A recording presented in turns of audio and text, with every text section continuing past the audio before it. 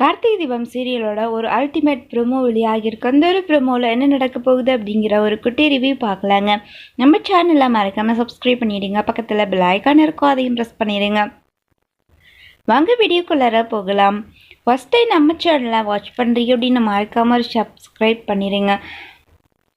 நம்ம கார்த்திகோடைய வேலண்டைன்ஸ் டே சாங்களோடைய first anniversary ரொம்ப சூப்பராக செலிப்ரேட் பண்ணாங்க.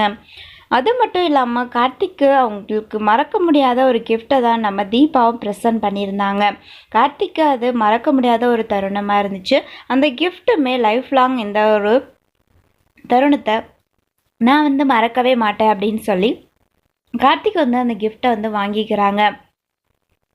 அதுக்கப்புறம் ஏதோ அவருக்கு உடம்பு சரியில்லை அப்படின்னு சொல்லி ஹாஸ்பிட்டல் போகிறாங்க. ஹாஸ்பிட்டலுக்கு போகிறாங்க அங்கே கார்த்திக்கும் தீபாவும்.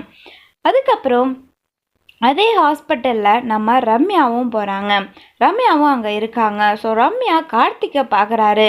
என்னது கார்த்திக் இங்கே இருக்காரு அப்படின்னு சொல்லி பார்க்குறாங்க. பக்கத்துலேயே தீபாவும் நிற்கிறாங்க.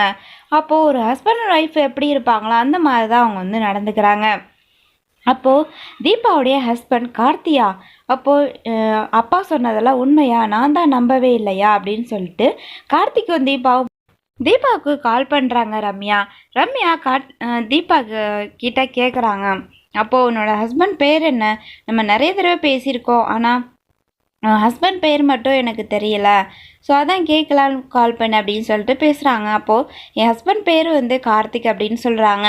அந்த இடத்துல ரம்யாவுக்கு பயங்கர ஷாக்கிங் ஆயிடுது.